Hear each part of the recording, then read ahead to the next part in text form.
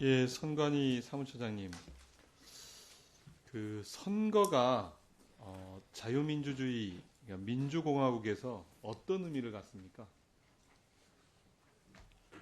결국 그 민주주의를 지탱하는 소위 국민의 의사의 총의를 합해서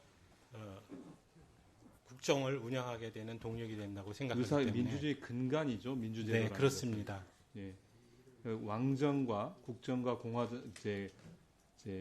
귀족정과 다른 것이 선거를 통해서 이제 선출을 통해서 주권자의 대리자를 뽑는 이런 것이 민주제도인 거잖아요. 그것이 이제 다수결의 원칙이고. 근데 이 선거에 대해서 구체적인 근거 없이 아무런 근거 없이 선거 자체가 불법이다, 조작이다. 이것은 그 민주주의 제도 자체를 부정하는 행위라고 저는 생각을 합니다. 그것에 대해서 단호하게 선관위가 입장을 가져야 된다고 생각합니다. 그리고 그것에 대해서 분명하게 국민들에게 말씀을 드려야 된다고 생각합니다. 물론 선거 과정에서 작은 선거 과정에서 부정들이 일어날 수 있습니다. 그럼 구체적인 사건에 대해서는 사안에 대해서는 사실을 바탕으로 해서 조사하고 부정선거할 수 없게끔 처벌해야 되죠. 그런데 막연하게 선거가 조작되었고 부정되었다라고 얘기하는 것은 국민들의 국가에 대한 신뢰도를 떨어뜨리게 됩니다. 그것은 결국 국익을 해치는 행위죠. 그것에 대해서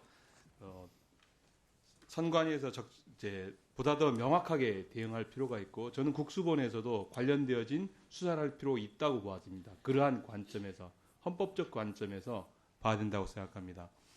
앞서 질의에서 대통령실에 대한 수사 촉구를 제가 드렸는데요. 대통령실과 경호처에서는 이제 형사소송법상 군사적 비밀 그리고 공무상 비밀에 관한 조항을 근거로 수사 협조하고 있지 않죠. 그런데 형사소송법 제 110조에 보면 국가의 중대한 이익을 해하는 경우를 제외하고는 라고 되어 있습니다. 그리고 또한 111조 2항에도 마찬가지로 국가의 중대한 이익을 해하는 경우를 제외하고는 라고 되어 있습니다. 그런데 지금 수사를 협조하지 않음으로 인해 가지고 국가적 이익이 중대하게 침해당하고 있다. 국민들은 그렇게 생각하고 저도 그렇게 생각합니다. 말씀을 드리겠습니다. 트럼프 2기가 출범합니다. 그것에 대해서 적절하게 대응하고 있지 못합니다. 경제는 불확실성의 증가로 증시와 환율이 크게 충격을 받고 있고, 기업은 물론 국가 신인도 추락까지 우려되고 있습니다. 경제적으로 국가 이익이 중대한 이익을 해당하고 있고요. 민생에 있어서도 내란 사태 이후에 전국 모든 시도의 신용카드 이용 금액이 26.3%나 감소했다고 합니다. 그리고 국민들은 계엄 트라우마로 불리는 외상후 스트레스 장애를 앓고 있습니다. 사회는 쑥대밭이 된 의료 현장, 연금 개혁, 국가 전략망 구축, AI 산업 등 국가 관련되어진 산업들이 올스테이된 상황입니다. 그들이 조사를 받지 않음으로 인해서 피의자를 보호하고 그곳에 보호함으로 인해 가지고 국가적 이익이 중대하게 침해받고 있다고 생각합니다. 그래서 중수본에서는 형사소송법 110조와 111조의 근거에서 대통령실과 경호처를 수사할 것을 요구합니다.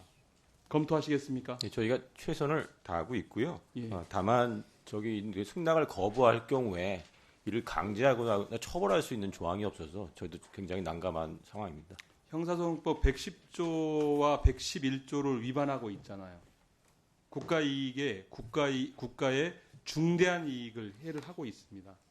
그것에 대해서 그 기관에 고질하고 관련된 수사를 하겠다라고 통보를 해야 된다고 생각하는데 본부장님 어떻게 생각하십니까? 네, 하여튼 최선을 다하겠습니다. 네, 최선을 다해서 해주시기 바랍니다. 그래서 지금 국가의 이익이 어떻게 될는지 모르겠습니다. 지금 이 상태로 계속 버티고, 예? 최소한의 염치는 있고 양심이 있어야 될 거 아닙니까? 대통령 자리 해먹었으면 국민들이 왜 분노하겠습니까? 이상 질의 마치겠습니다.